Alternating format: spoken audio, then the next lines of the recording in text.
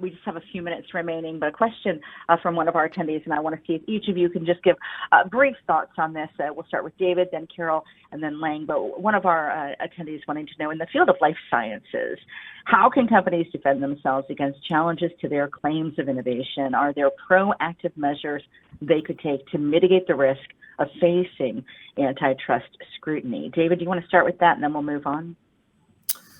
Yeah, I think there are two ways that companies can really help their situation.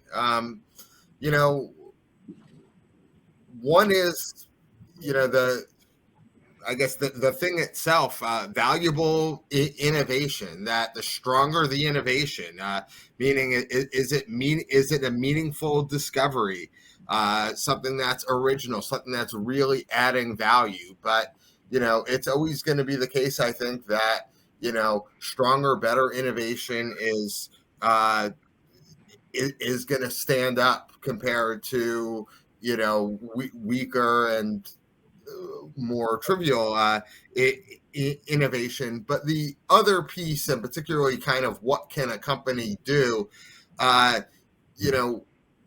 when something gets challenged, it becomes the question of what do the documents show? So it's about creating a record, creating evidence that will support strong innovation.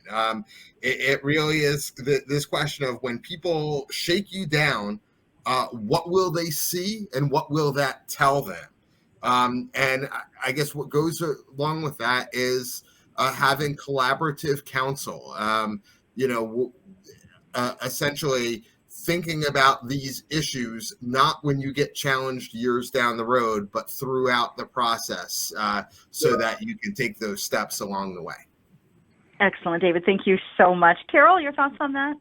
So yes, I will answer that from a merger and acquisitions perspective. As David has previewed, document is always very, very important during the merger review process. We've seen so many cases that involve, unnecessary delays or, creates questions at the agency because the documents say things that they are not, meant to convey. And it's very easy for companies to think that these are internal communications, these are communications relating to our own strategy, and nobody will see it.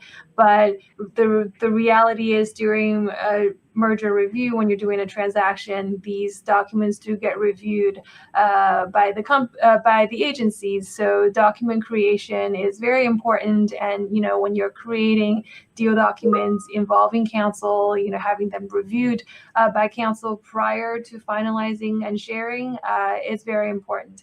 And also, just document the rationale for the transaction. Why will it benefit innovation?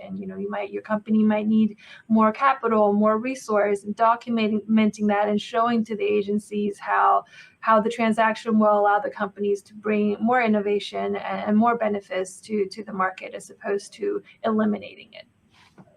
Thank you so much, Carol. And Liang, final thoughts from you? Yes, I think, that's, as I mentioned in my presentation, I think, the new case that's issued ruled by the Supreme Court shows very strong, bring a very strong signal to the market that the court system is pro-patent, especially when they address this competition issue. They will strongly consider the patent enhance of the patent holder. And also, as I mentioned, two issues quite important. I think, if you want to make sure there's unique innovation, it's not to be attacked as I think,